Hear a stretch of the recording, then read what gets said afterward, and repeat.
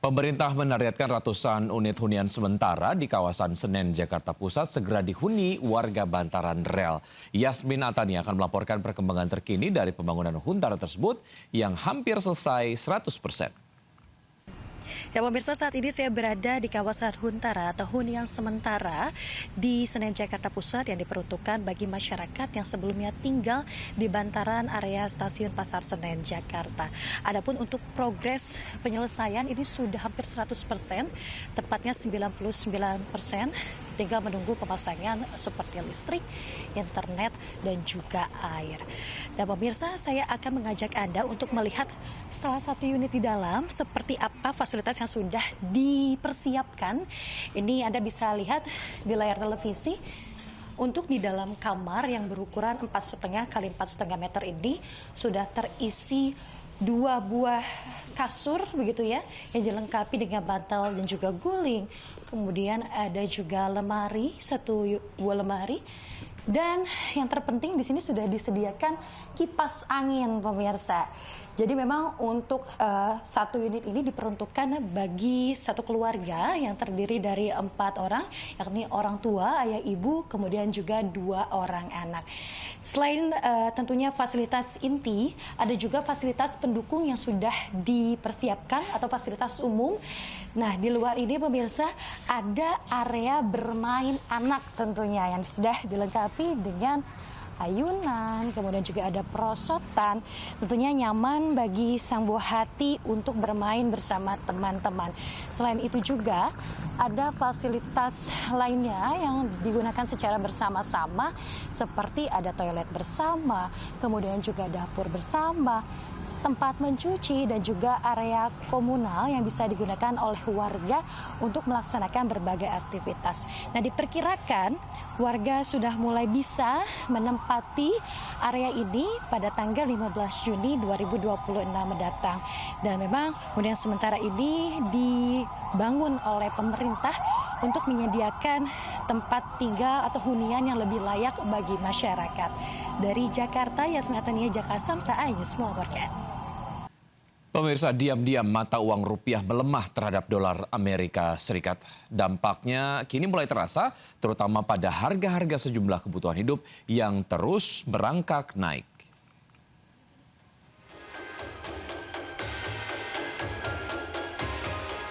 Dalam sepekan terakhir, nilai tukar rupiah terus tertekan oleh dolar Amerika Serikat.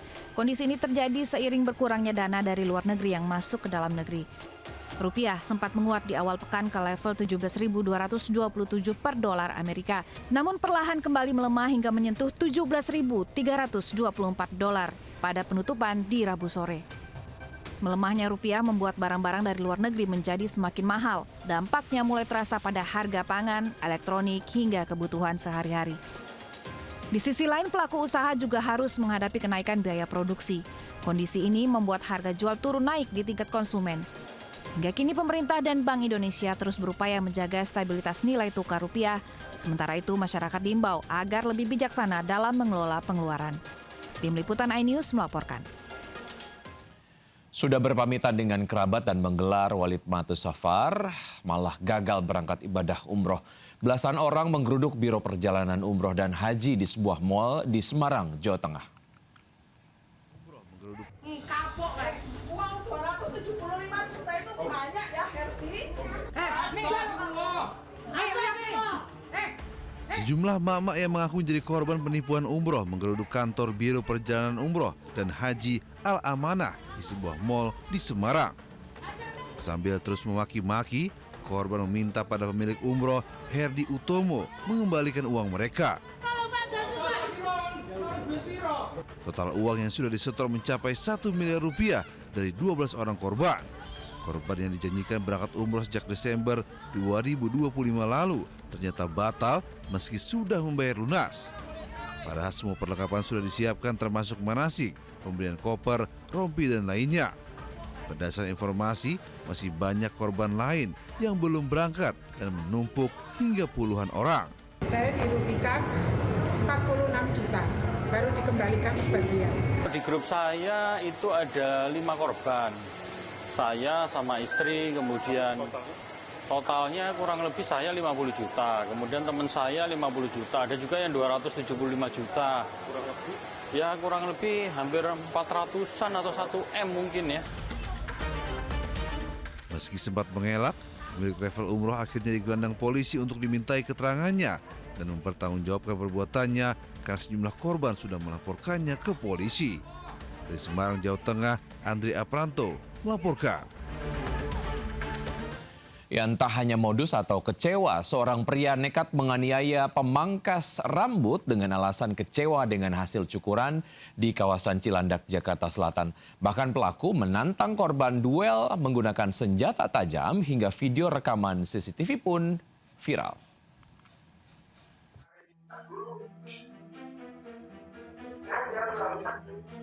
Seorang tukang pangkas rambut, Kamaludin Budiman, menjadi korban penganiayaan pelanggannya sendiri saat bekerja di kawasan Jalan Karangtengah, Lebak Bulus, Cilandak, Jakarta Selatan. Peristiwa berawal saat korban melayani pelaku yang meminta dipangkas model coma hair. Saat proses masih berlangsung, pelaku mengaku tidak puas dan menilai hasil cukuran terlihat seperti pita. Padahal proses cukur belum selesai dan dalam tahap dirapikan. Pelaku tiba-tiba memaki, memukul, serta menendang korban. Korban mengaku dianiaya di bagian leher, telinga, kaki, dan sempat diancam duel menggunakan gunting.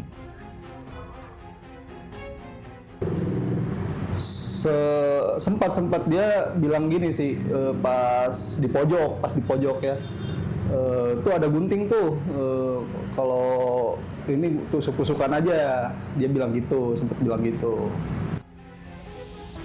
Usai melampiaskan amarahnya, pelaku meninggalkan lokasi begitu saja dan korban pun berencana melaporkan kasus ini ke Polsek Cilandak agar pelaku diproses sesuai hukum yang berlaku. Dari Jakarta, Helmi Sejangbati melaporkan. Pemirsa, penurunan permukaan tanah menjadi penyebab retak hingga bocornya pipa PDAM bertekanan tinggi di Surabaya, Jawa Timur.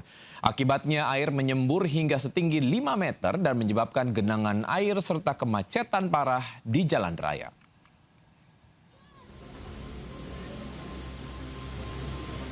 Warga dikejutkan semburan air setinggi 5 meter hingga mengenangi jalan raya Soekarno-Hatta arah dalam kota Surabaya.